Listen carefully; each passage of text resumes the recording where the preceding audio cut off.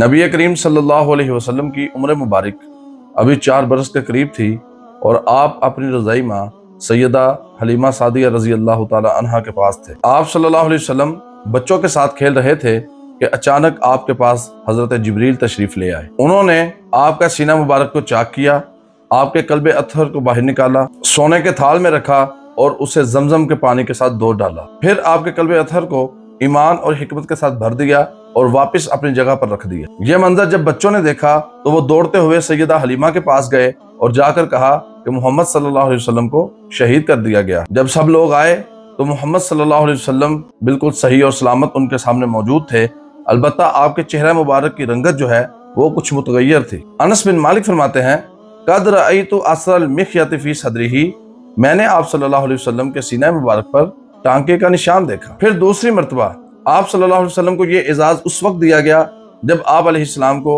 جسمانی معراج کروائی گئی۔ مالک بن صعصع بیان کرتے ہیں کہ نبی صلی اللہ علیہ وسلم نے فرمایا میں حتیم میں لیٹا ہوا تھا کہ جبریل میرے پاس آئے، آ کر انہوں نے میرے سینے کو چاک کیا، اس میں سے میرا دل باہر نکالا اور حکمت سے بھرے ہوئے سونے کے تشت کے اندر اس کو رکھا، اس کو زمزم کے ساتھ دھو دیا اور ایمان و حکمت سے بھر کر پھر واپس رکھ دیا۔ یہ اعزاز صرف اور صرف رسول اللہ صلی اللہ علیہ وسلم کو حاصل ہوا، یہ اعزاز نہ جناب آدم علیہ السلام کو ملا اور نہ کسی اور نبی اور رسول کو۔ اس واقعہ سے ہمیں یہ سبق ملتا ہے کہ اللہ تعالیٰ نے اپنے حبیب صلی اللہ علیہ وسلم کو ہر مشکل کے لیے تیار کیا تاکہ وہ انسانیت کی صحیح رہنمائی کر سکیں۔ اللہ تعالیٰ ہمیں نبی کریم صلی اللہ علیہ وسلم کی سچی محبت اور آپ کی اطاعت نصیب فرمائے۔